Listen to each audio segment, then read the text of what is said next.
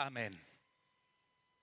Muy bien, la iglesia entonces y sus tres propósitos. Bueno, alguien podría sugerir, tiene más propósitos la iglesia, pero por cuestiones de tiempo obviamente me voy a enfocar solo en tres. Solo en tres. Algunas interrogantes necesarias y útiles. ¿Qué es la iglesia?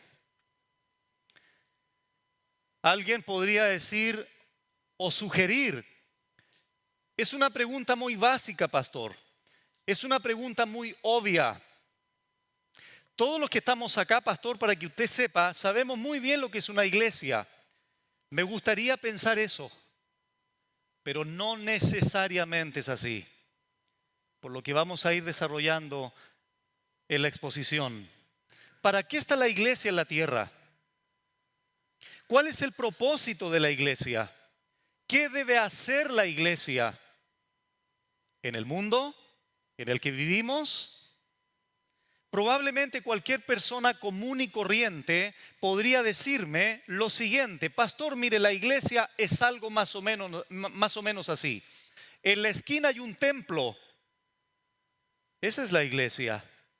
Otro podría decirme, la iglesia debe ocuparse de las cárceles, de los orfanatos. La iglesia tiene como propósito ocuparse y alimentar a los pobres, hacer obras sociales. Otra persona podría decirme, pastor, mire, nosotros sabemos que la iglesia está bendecida por Dios porque crece numéricamente. Otra persona podría decirme, pastor, para que la iglesia sea lo que debe ser, debe tener relevancia en la sociedad e involucrarse en la política. Algo que está muy de moda, desgraciadamente, pero alguien podría sugerir también eso, desde luego que sí.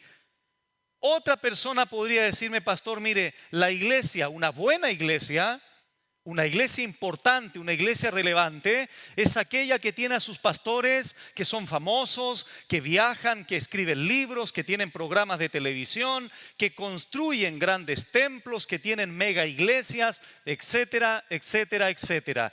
La lista podría ser interminable de cualquier persona que podría sugerir qué es una iglesia y cuáles son sus propósitos. Sin embargo, vengo a la Biblia y encuentro tres grandes propósitos. Insisto en esto, no es que sean solo tres, pero por cuestiones de tiempo solo me voy a enfocar en tres. En primer lugar, glorificar. Dos, edificar. Y en tercer lugar, evangelizar. Voy a aclarar mucho más esos verbos. En primer lugar, hermanos, el propósito de la iglesia por excelencia. El propósito supremo de la iglesia y preeminente en este mundo es glorificar a nuestro bendito Dios en todo lo que la iglesia hace. Ese es el propósito por excelencia, preeminente, supremo, que tú tienes y que yo tengo como miembros de una iglesia. Es glorificar a nuestro bendito Dios, no en parte de lo que hacemos, no en un porcentaje de lo que hacemos, sino en todo lo que la iglesia hace. Número dos, edificar a los hermanos de la misma iglesia para que sean conformados a la imagen de su Hijo Jesucristo. Y en tercer lugar, evangelizar, proclamar el evangelio al mundo perdido. Un tercer gran propósito de la iglesia en esta tierra.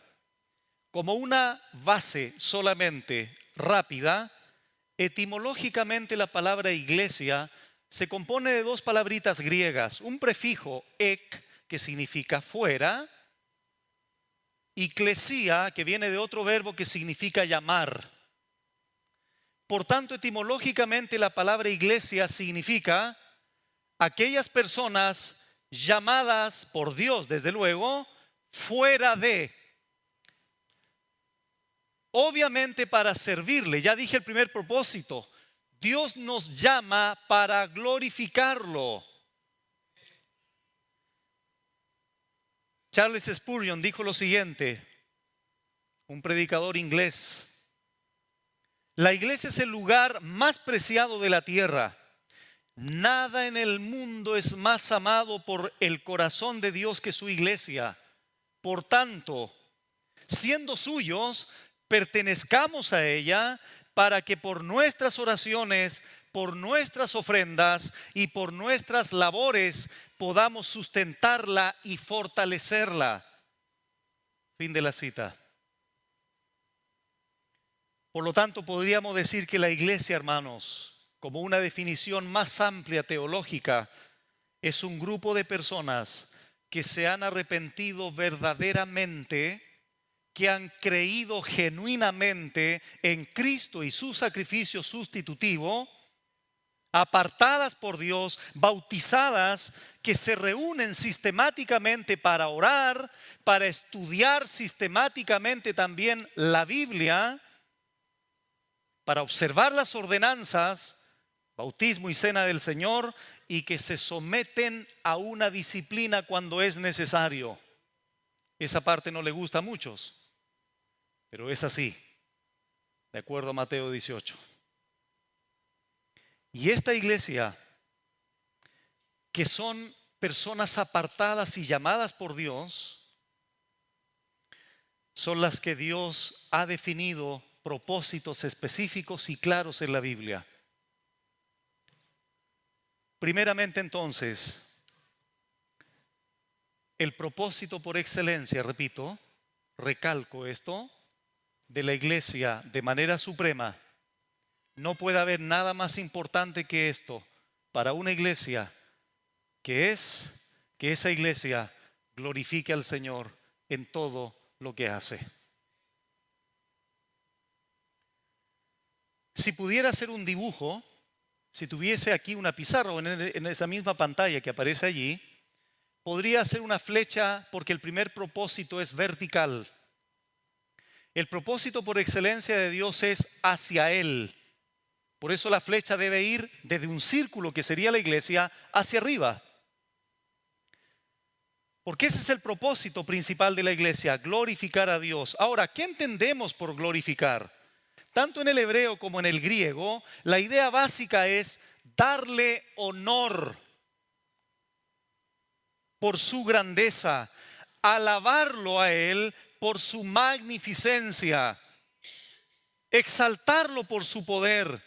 Todo esto implica el significado básico de lo que significa, valga la redundancia, glorificar a nuestro Dios. Esta verdad la observamos desde el Antiguo Testamento con el pueblo de Israel y también lo observamos en el Nuevo Testamento con la iglesia. Vamos, por favor, ahora tomen su Biblia, porque lo importante es que ustedes vayan comprobando lo que estamos enseñando en Isaías 43. Es el texto que leí anteriormente. Isaías 43, y voy a poner el énfasis solamente en el verso 7 ahora, porque ya leí anteriormente el 5 y el 6. Y quiero, por favor, que pongan su atención especial en el verso 7. Todos los llamados de mi nombre.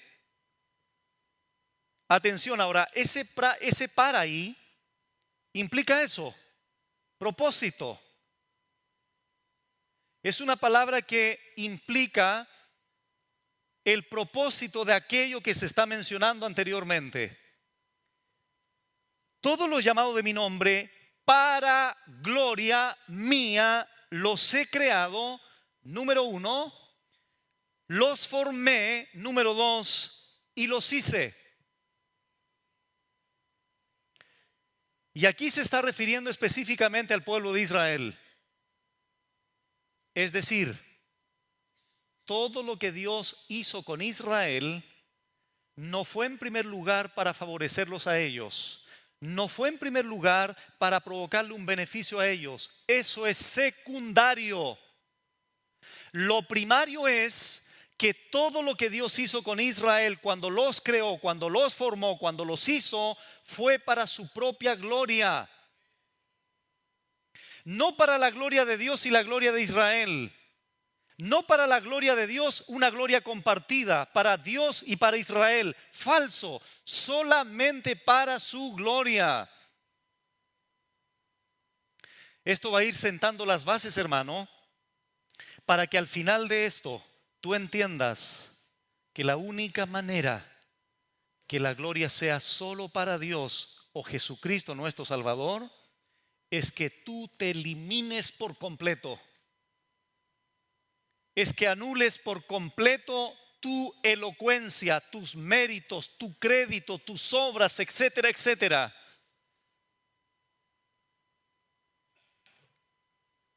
Los llamados, creados, formados y hechos, todo esto para gloria mía, dice el Señor. Al ladito, Isaías 44, versículo 23. Cantad loores, oh cielos, porque Jehová lo hizo. Gritad con júbilo, profundidad de la tierra. Prorrumpid montes en alabanza, bosque y todo árbol que en él está. Porque, esa palabrita porque es explicativa de lo anterior. ¿Por qué dar loores a Dios? ¿Por qué razón exaltar su nombre? ¿Por qué razón dar gloria a Él? Porque Jehová redimió a Jacob, oh Israel, y en Israel será ¿qué? Será glorificado, porque es el propósito supremo de Dios, la propia gloria de Él. Isaías 48, versículos del 9 al 11, dice así. Y noten estas frases, por favor, hermanos, por amor de mi nombre,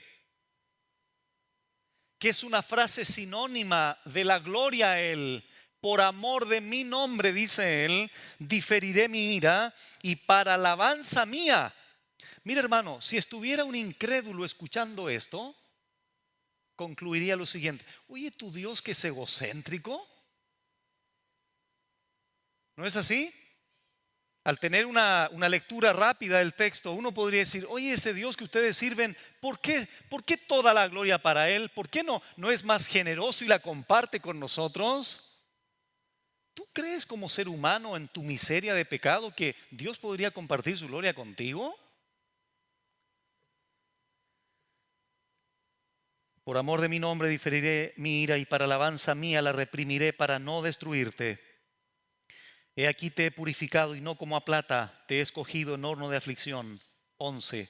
Por mí, noten el énfasis, hermanos, por mí, por amor de mí mismo lo haré, para que no sea mancillado mi nombre y mi honra no la daré a otro.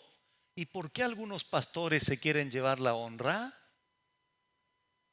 Están en un serio problema esas personas que no entienden la Biblia.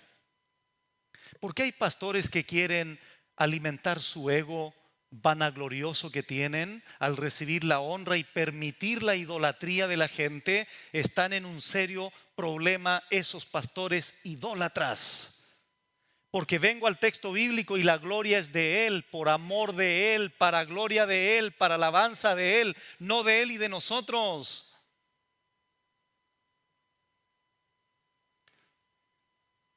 ¿Qué mérito tenía Israel para ser mirados por Dios? En Deuteronomio 7 Moisés dijo: ustedes son el pueblo más insignificante de la tierra. Si Dios los escogió por amor a Él. Todo lo que Dios ha hecho es para su propia gloria. Todo esto lo entendió clarito el apóstol Pablo. Vamos ahora allí a 1 Corintios 10. 1 Corintios capítulo 10. Repito, todo esto lo entendió muy bien el apóstol Pablo. Por eso él dijo lo siguiente en 1 Corintios 10, 31. Pablo dijo lo siguiente: si pues coméis o bebéis o hacéis otra cosa, hacedlo todo para la gloria. El apóstol Pablo comprendía muy bien lo que desde el Antiguo Testamento Dios estableció en su ley, en su palabra. si coméis o bebéis o hacéis otra cosa. Al principio dije, el propósito por excelencia de la iglesia es glorificarlo a Él, no en parte, no proporcionalmente, no en algunas cosas, sino en todo lo que hace. Primera pregunta reflexiva para esta iglesia. Primera pregunta evaluativa para esta iglesia. Primera pregunta de análisis para esta iglesia. ¿Están glorificando a Dios en todo lo que hacen o solo en algunos aspectos de la congregación? No me respondan, por favor. Eso es algo para que ustedes mediten internamente.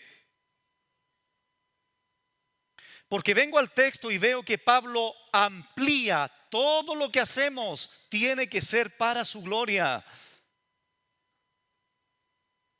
Efesios capítulo 1, el gran libro o la carta de Pablo a los Efesios, donde él comienza aquí a exaltar al bendito Dios y Padre de nuestro Señor Jesucristo. Y él menciona en Efesios 1, versículo 6, que todo lo que Dios hizo, habiendo predestinado y adoptado a sus hijos, para posteriormente la cronología de vida de la iglesia fueran incorporados a su cuerpo. Él dice ahora en el verso 6, para alabanza de la gloria de su gracia. Es decir, la predestinación, la adopción, que es lo que está señalando en el verso anterior, todo eso fue para alabanza de la gloria de su gracia, con la cual nos hizo aceptos en el amado. Verso 12, a fin de que, ¿qué implica esa expresión a fin de que? Propósito. Seamos para alabanza de su gloria, nosotros los que primeramente esperábamos en Cristo. ¿Por qué entonces aquí ahora en el ámbito de la salvación, en el ámbito de la elección, por qué razón Pablo dice que la gloria es solo para Él? Porque Él lo hizo todo. Por eso la gloria es solo de Él. Por eso es que cuando uno escucha creyentes que dicen algo más o menos así, pastor, mire, Dios me salvó por gracia, es verdad, pastor, pero yo ahora tengo que ponerle empeño para poner mi parte y de manera compartida o colaborativa seré salvo. Ese hermano no sabe lo que dice. El hermano que viene y me dice, pastor, pero la alabanza de la gloria de Él es solo porque Él lo hizo todo, así es, pero yo me arrepentí, pastor. ¿Quién te dio el arrepentimiento? Lee Hechos 5 y 2 Timoteo 2. El arrepentimiento es un don que viene del cielo. Viene otro y me dice, pastor, pero yo creí. ¿Quién te dio la fe? Efesios 2:8, Efesios 3. La fe es un don que viene del cielo. Pastor, y las obras que yo estoy haciendo ahora, Él las preparó de antemano. Efesios 2:10. Entonces, ¿la gloria de quién será? ¿Lo entiendes? ¿Cuál es el propósito supremo de la iglesia? Dar gloria solo a Él en todo lo que hacemos, en todo, en absolutamente todo. Porque mi bendito Señor hizo todo. Por eso el único que se atrevió a decir en Juan capítulo 19, tetelestai, consumado es. La obra ya la terminé, completa. Ahora todo aquel que crea en mí, toda mi obra, todo mi sacrificio, toda mi justicia, toda mi obediencia le es imputada por gracia a ese creyente. ¿Lo han entendido en Romanos? Qué bueno, me alegro por eso. Segunda Tesalonicenses, un poquitito más adelante. Segunda Tesalonicenses 1, versículo 11 y 12 dice así: por lo cual asimismo oramos siempre por vosotros, para que nuestro Dios os tenga por digno de su llamamiento y cumpla todo propósito de bondad y toda obra de fe con su poder. Atención ahora, verso 12, para que el nombre de nuestro Señor, haga un alcance aquí. Cada vez que tú veas en la Biblia, tanto en el Antiguo como en el Nuevo Testamento, el nombre del Señor se refiere a toda la persona. El concepto hebreo que había era cuando el nombre del Señor sea honrado, se refiere a todo lo que Él es. Bueno, para que el nombre de nuestro Señor Jesucristo sea ¿qué? Glorificado. ¿En quiénes? En vosotros, la iglesia en Tesalónica, y hoy día la iglesia en Melipilla.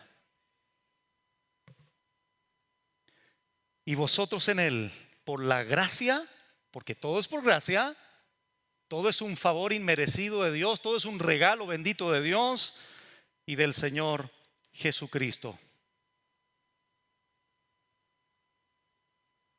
Amados hermanos, te voy a ayudar un poquitito más en la pregunta reflexiva que hice anteriormente. ¿Están como iglesia verdaderamente glorificando a Dios? Hermanos, cuando en una iglesia, escuchen muy bien por favor, cuando en una iglesia no se exalta su palabra, esa iglesia, por más que diga, por más que exprese, por más que levante sus brazos para glorificar a Dios, hagas lo que tú quieras, no está glorificando a Dios. Porque su palabra, Salmo 138:2, está al mismo nivel de su nombre. Por tanto, cuando una iglesia exalta verdaderamente a Dios, forzosa y necesariamente tendrá que exaltar su palabra, porque si no lo hace, no glorifica a Dios de manera genuina. Cuando en una iglesia no se está la gente edificando con la palabra, ya vamos a llegar allí, esa iglesia no está glorificando a Dios. Cuando en una iglesia se admite el pecado y la corrupción, esa iglesia no glorifica a Dios. Por más que diga del púlpito, demos glorias a Dios, hagamos esto o aquello, tirémonos al suelo si quieren, no está glorificando a Dios, porque la iglesia de Cristo Él la quiere limpia, sin pecado. Si hay un pecado hay que tratarlo, desde luego que sí, pero no se avala, no se justifica, el pecado se trata. Cuando en una iglesia no tenemos pastores preparados y que guían al pueblo de Dios con su santa ley, esa iglesia no glorifica a Dios. Y lo contrario es que si tenemos una iglesia que exalta su palabra, no las tradiciones, no los estatutos de la organización, no las costumbres humanas de la iglesia, sino que exalta su palabra, esa iglesia glorificará genuinamente al Señor. Pastor, pero es que eso puede costar la vida. Bueno, te costará la vida, punto. Pero tienes que ser fiel a las Escrituras, no a ningún hombre ni a ninguna organización, porque es el Señor el que te va a pedir cuentas, no la organización, no los estatutos de la iglesia, no las costumbres de la iglesia. El Señor te pedirá cuentas de todo lo que hagas aquí. Número 2, el propósito de la iglesia ahora hacia el interior. ¿Hacia dónde era la flechita anterior? Hacia arriba, vertical. Ese es el propósito supremo. Pero si ahora en el dibujo pudiésemos hacer una flecha, sería hacia adentro de la iglesia.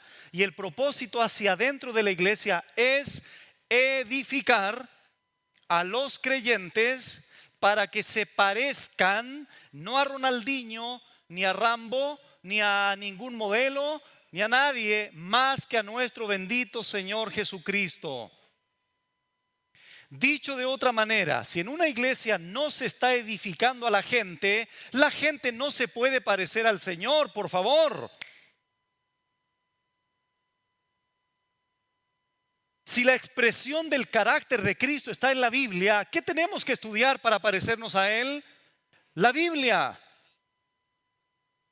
Por tanto, ese es el propósito hacia adentro de la iglesia. Cuando hablamos de edificar, es un verbo, hermanos, que básicamente significa construir. Construir. Y esto se puede aplicar a muchas cosas. Ayudar mutuamente, orar unos por otros, satisfacer las necesidades.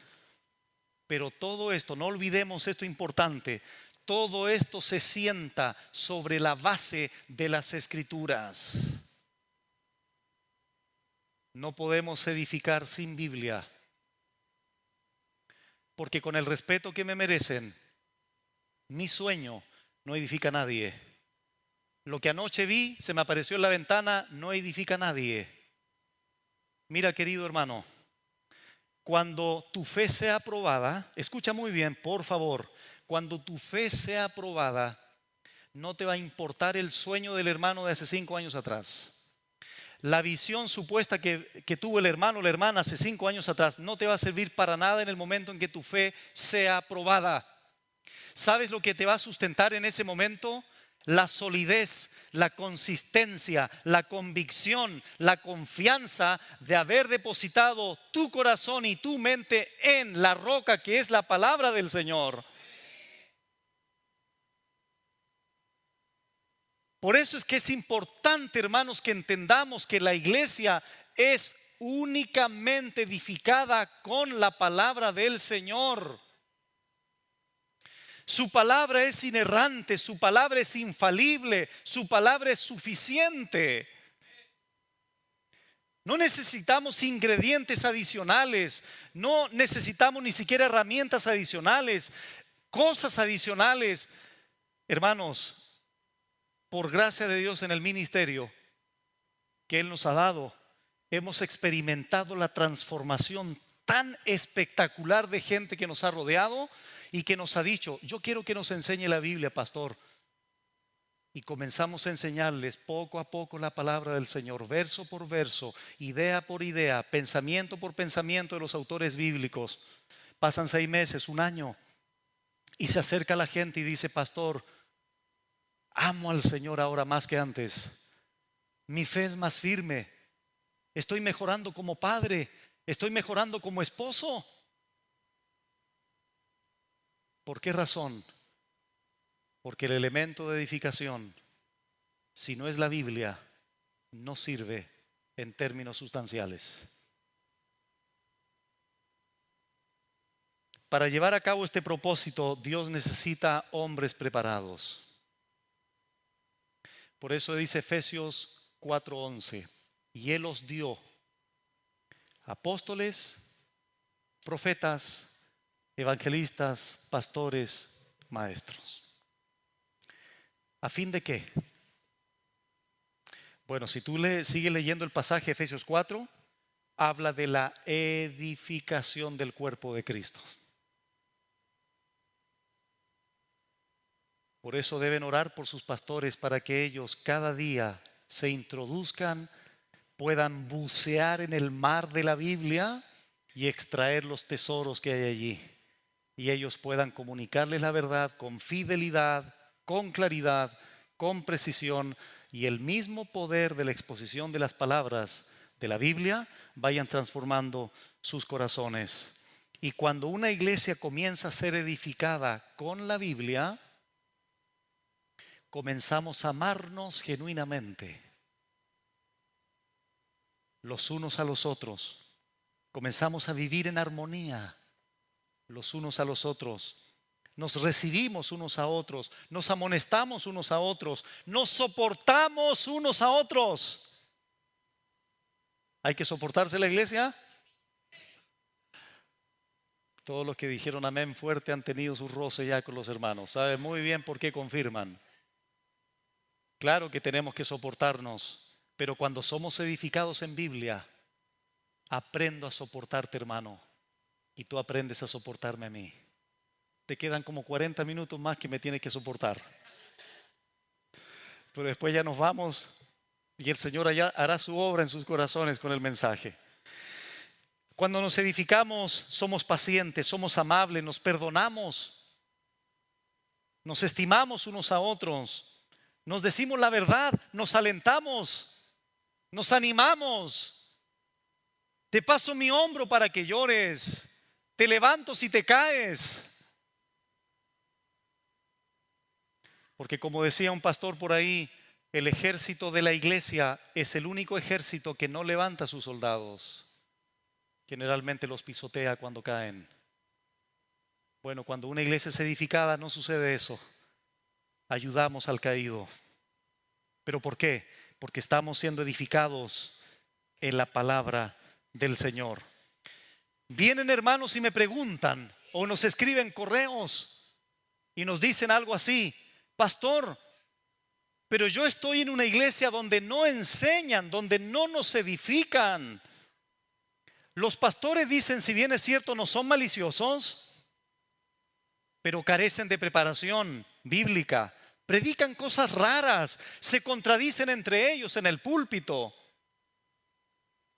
Hay otros que definitivamente son falsos maestros. ¿Qué hacemos?, pregunta la gente, ante esta triste realidad. R.C. Sproul, un pastor que acaba de morir el año pasado, dijo lo siguiente: no todos los falsos predicadores hablan falsedad con fines malévolos. Muchos lo hacen por ignorancia. Sin embargo, debemos huir tanto de los maliciosos como de los ignorantes. Fin de la cita. Necesitamos pastores preparados para llevar a cabo este propósito de edificar al cuerpo de Cristo. 1 Corintios capítulo 14. Hermanos, no alcancé a ver el tiempo.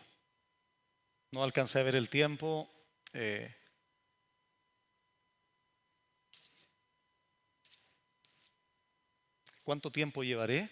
Me dijeron que podía predicar 3 horas. No, es broma. 1 Corintios 14, versículo 26. ¿Lo tienen? ¿Sí? Muy bien, dice así. Es una interrogante que Pablo hace a la iglesia en Corinto, una de las iglesias más desordenadas. Dice: ¿qué hay pues, hermanos, cuando os reunís? Cuando os reunís, es decir, cuando se congregan como iglesia,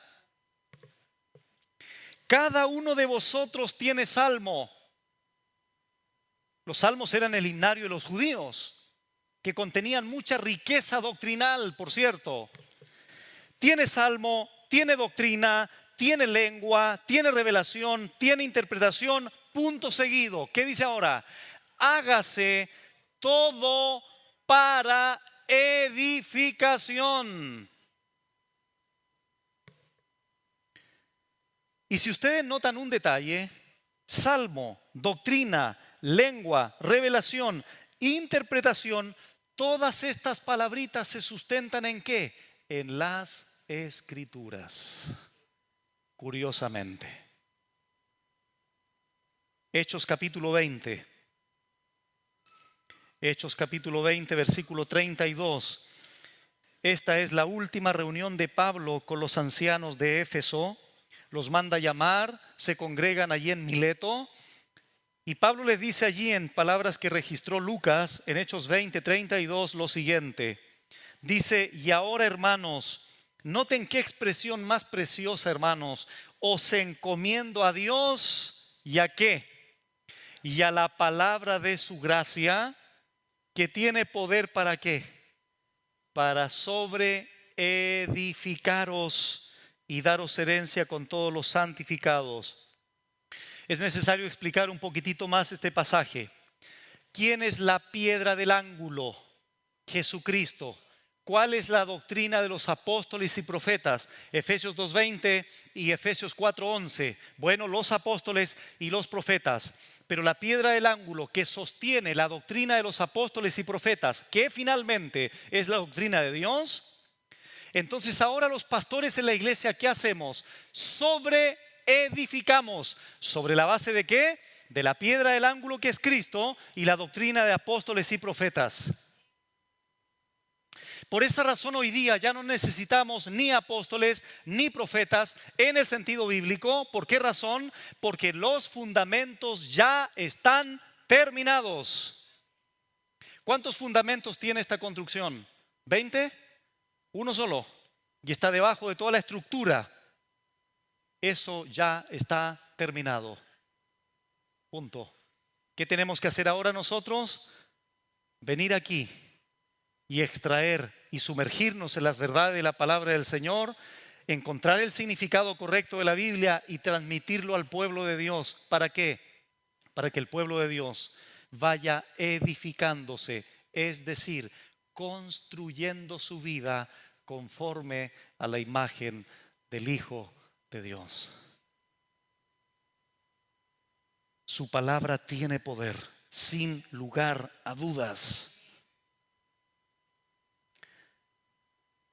Juan Calvino dijo lo siguiente: Dios nos habla cada día del cielo por medio de la sola escritura para mostrar su voluntad y verdad. Los creyentes deben considerar como firme y cierto que ésta procede del cielo y que cuando la leen es como si oyeran al propio Dios dirigiéndose a ellos. Fin de la cita. Miren, hermanos, ahora a ustedes le está hablando Dios a través de un miserable e insuficiente instrumento que soy yo. Porque estamos en una época, hermanos, donde si no truena, no es Dios. Si no tiembla el templo, Dios no nos habla. Estamos en una época muy emocional. Repito este ejemplo que di días atrás en una enseñanza. Llega el hermano y le dice al pastor: pastor, quiero oír la voz de Dios. El pastor le dice: lea su Biblia, hermano. No, pero la quiero leer audiblemente. Entonces léala en voz alta. Porque insisto, estamos en una época donde los hermanos se guían por emociones. Eso es insostenible. Insostenible. La palabra de Dios, el trato de Dios, claro que involucra emociones porque Dios nos creó con emociones. No estamos negando las emociones. Lo que estamos diciendo es que la brújula del creyente, el manual del creyente, no son las emociones. Es la palabra inquebrantable, la que no cambia. Tus emociones fluctúan. Si no, pregúntale a tu esposo o a tu esposa. Ese amor emocional es el que fluctúa, ¿no es así? Ningún matrimonio quiere decir que sí porque quieren parecer espirituales, ¿cierto?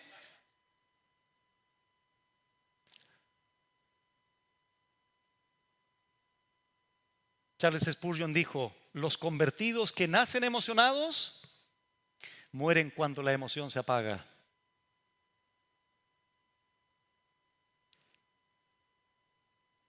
Quiero hacerles la siguiente aclaración.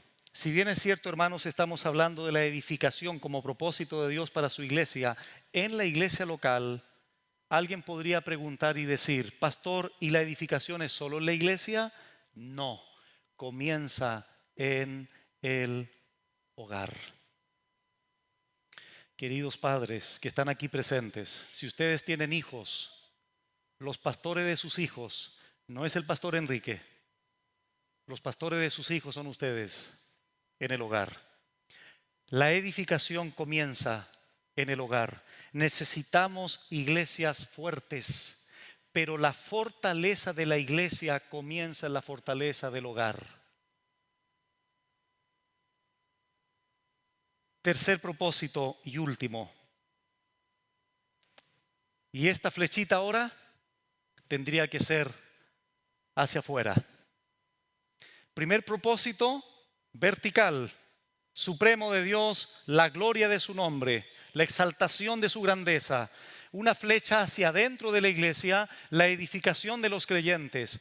Y la flecha última hacia afuera, que es la evangelización. proclamar el evangelio de la gracia a los incrédulos en el mundo perdido en el que estamos. John MacArthur dijo lo siguiente: la única razón por la que estás aquí abajo es porque en el cielo no puedes evangelizar a nadie. Fin de la cita.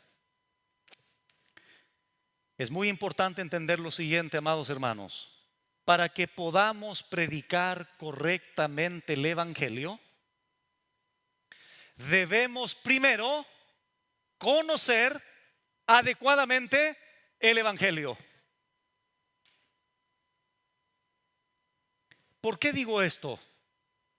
Porque muchas veces, de manera personal, como testigo personal, he escuchado a personas por las calles, supuestamente predicando el evangelio.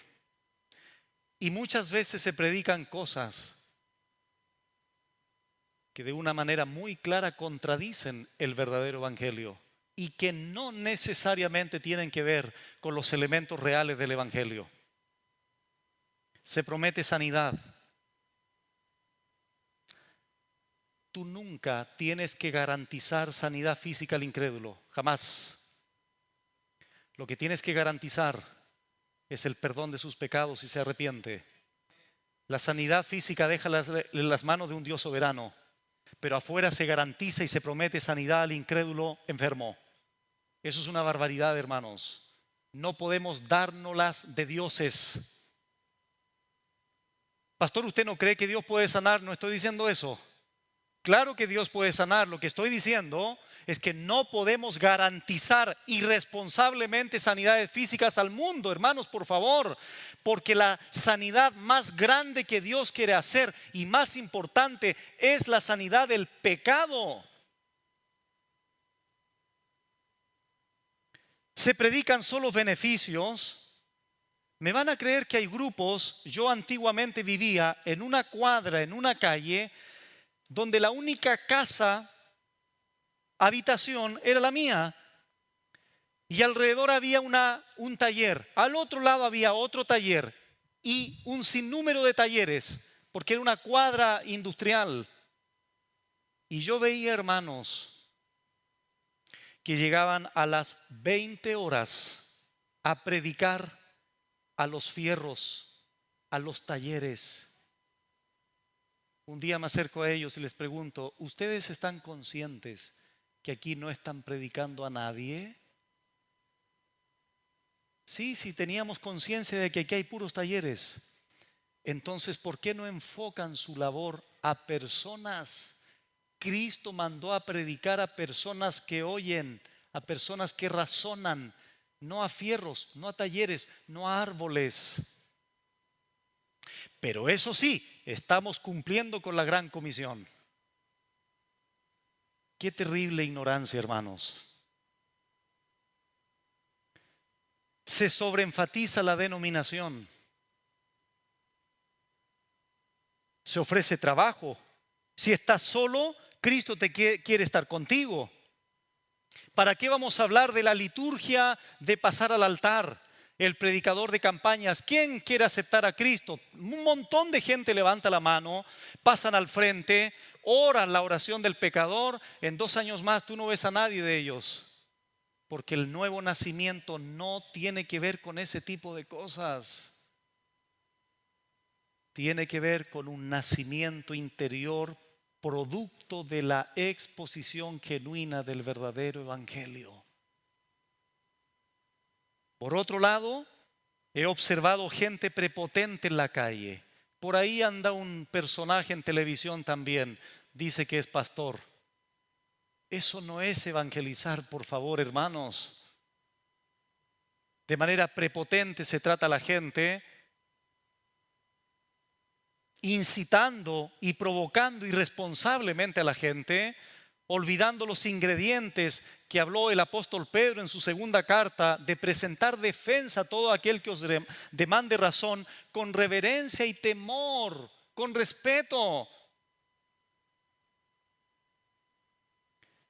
Esta es una de las razones, amados hermanos, por el cual tomamos la decisión hace un par de años atrás de enseñar la preciosa y grandiosa carta de Pablo a los romanos.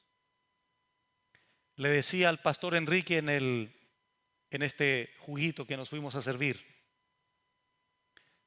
desgraciadamente, los evangélicos no conocen el evangelio. Desgraciadamente. No estoy diciendo que todos, pero gran mayoría no lo conoce. Predica un evangelio por obras.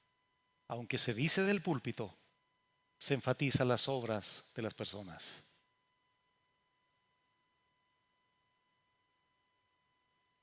Estamos en una época, hermanos, donde ya no se habla ni de la ira de Dios, ni del infierno. Se trata de adaptar el mensaje. Ahora en mayo estuve en Estados Unidos y me contaba ya el pastor que hay una iglesia donde ya se eliminó, se sacó fuera de la enseñanza del púlpito la palabra pecado, porque eso ofende a la gente. Ya no se habla de la sangre de Cristo como muerte sustitutiva del Señor en la cruz, porque ¿para qué queremos más sangre si vemos sangre en la sociedad por todos lados, por las guerras? Por tanto, no hablemos de pecado, no hablemos de sangre, no hablemos de la ira de Dios, hablemos de un Dios de puro amor, de pura paz. Qué terrible, hermanos. Y voy a leer Nahum capítulo 1. Y veo que Dios es un Dios vengador y lleno de ira. Y Dios no cambia. Martin Lloyd-Jones dijo: Jesús nunca cambió el evangelio para adaptarlo a las personas. Él cambió a las personas para que obedezcan a su evangelio. Abran su Biblia en Mateo 28, por favor. Mateo 28, la famosa gran comisión.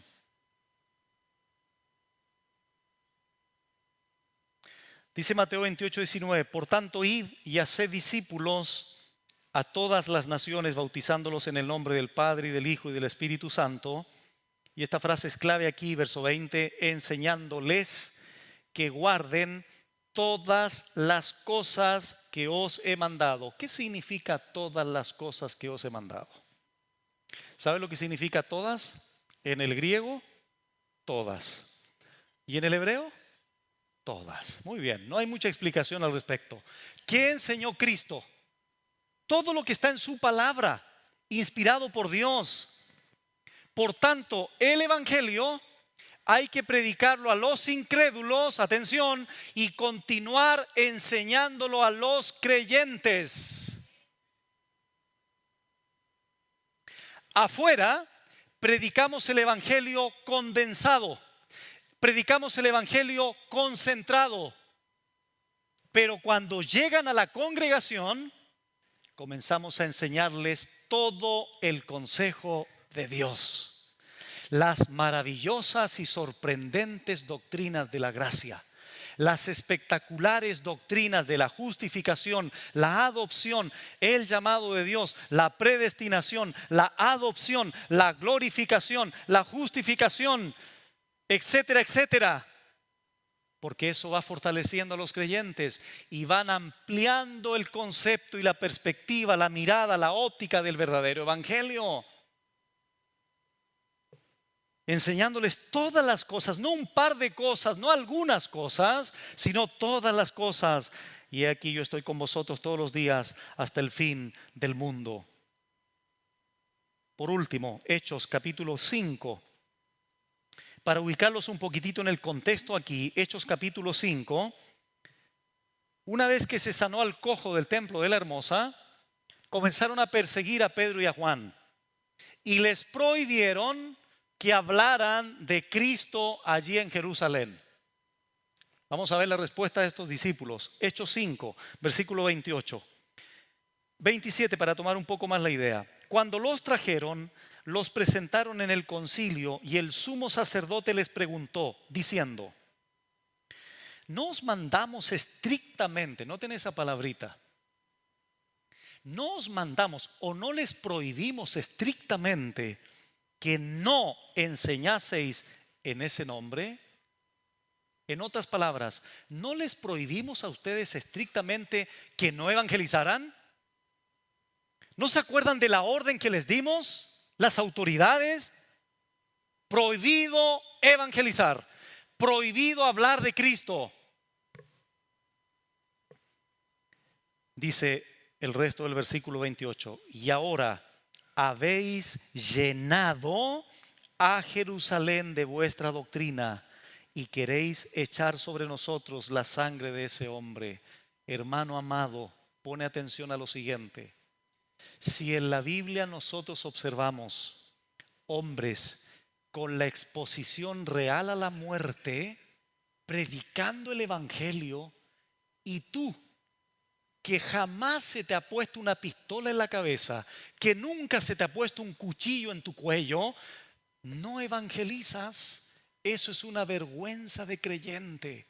Estamos en este mundo como sal de la tierra y luz del mundo para proclamar el evangelio como iglesia a cualquier persona que nos rodee, partiendo desde el hogar a nuestros hijos, partiendo desde el ámbito del trabajo, comenzando por el ámbito laboral, el ámbito académico, la universidad, el colegio. Amados hermanos, el propósito de Dios para la iglesia en este mundo es proclamar el evangelio.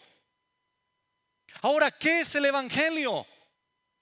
Etimológicamente significa buena nueva, buena noticia. Eu, un prefijo griego, angelión. Eu es bueno, de ahí viene la palabra eutanasia, buena muerte. Y angelión es mensaje, noticia. Se utilizaba en ese contexto antiguo para dar cualquier tipo de noticia, cuando nacía el hijo de un rey, etcétera, etcétera. Y se comunicaba el evangelión.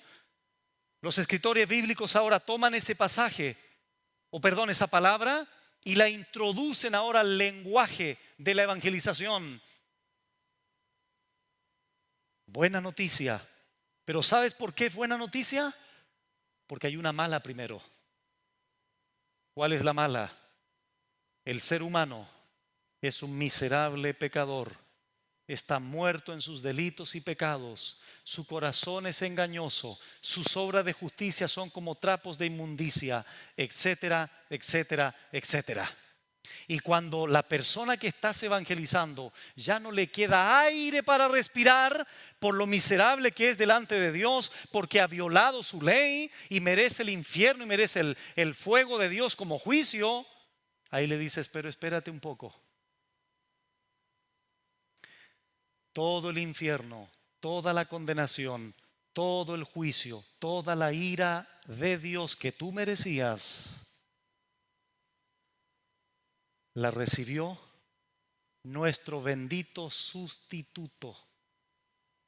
De ahí la bendita doctrina de la sustitución. El justo muriendo por los injustos. Esa es la buena noticia. Pero primero hay que expresarles cuán perdidos están.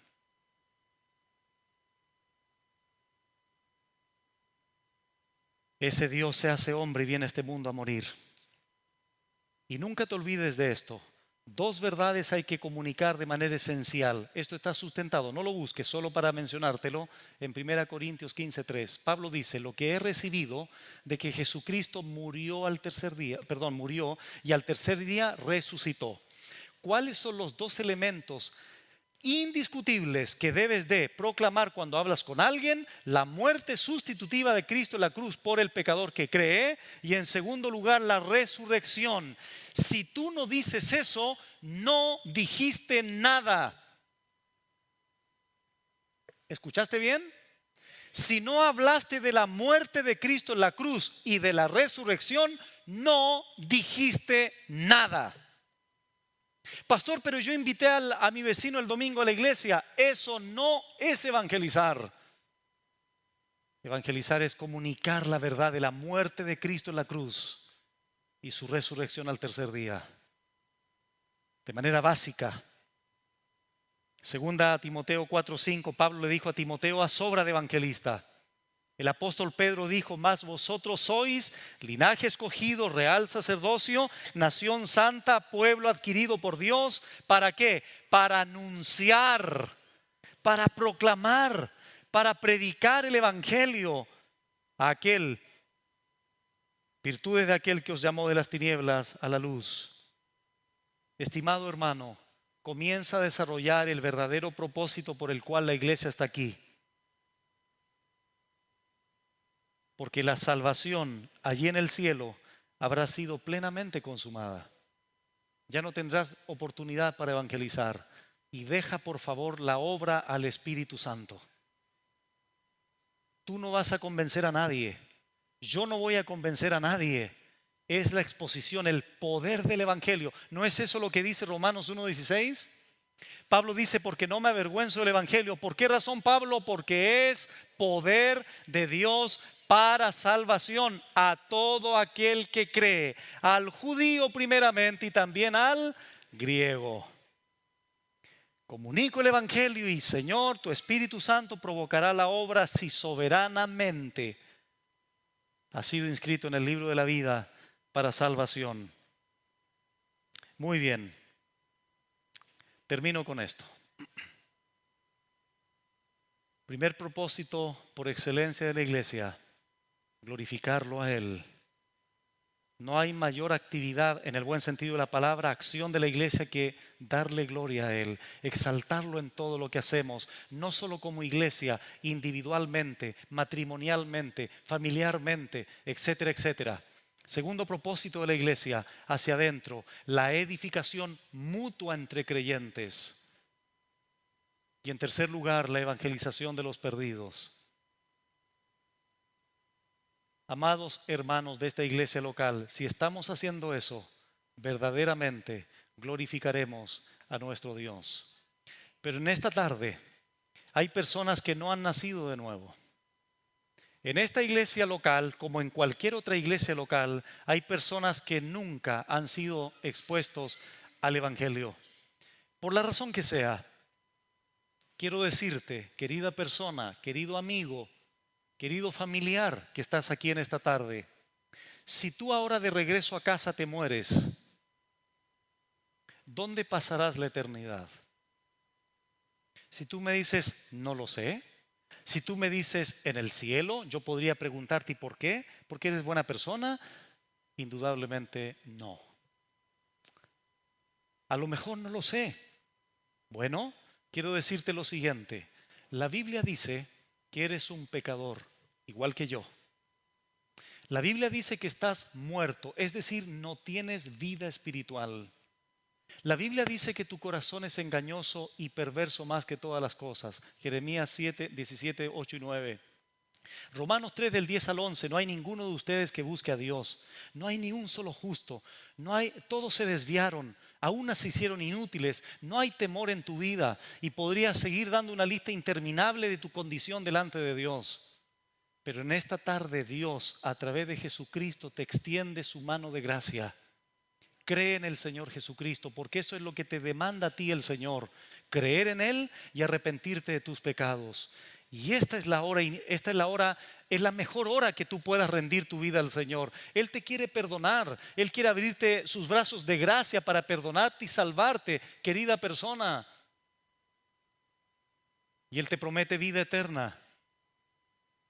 Y Él te promete perdonar todos tus pecados, porque la salvación es por pura gracia, mediante la fe, no por obras, para que nadie se gloríe. Y vamos a orar al Señor para que el Señor use su palabra tanto para haber edificado a los creyentes genuinos, pero al mismo tiempo para producir conversión y nuevo nacimiento espiritual a aquellos que aún no conocen al Señor. Pero ahí desde tu lugar, inclina tu cabeza, por favor, y pídele tú mismo al Señor que te salve y que te perdone, si es esa tu condición delante de Él. Padre bueno, en esta tarde te queremos agradecer por la exposición de tu palabra. Confiamos en el poder de tu palabra, que ella hará la obra, transformará, los corazones que por tu soberanía determines. Gracias, Señor, por tu palabra. Gracias porque has edificado a los creyentes. Pero al mismo tiempo, Señor, oramos a ti para que puedas en esta tarde salvar a aquel pecador, aquel hombre, aquella mujer, aquel joven, aquella señorita que en este momento haya entendido que no ha creído aún en el verdadero evangelio. Te pido, Señor, que produzcas en él o en ella arrepentimiento y fe. La gloria es tuya, Señor, pero tú demandas al pecador arrepentirse y creer en el verdadero evangelio. Te rogamos, Señor, que salves en esta tarde por tu gracia bendita mediante la fe. Y todo lo que hemos hecho en esta hora, Señor, que haya glorificado verdaderamente tu santo nombre. En Cristo Jesús. Amén.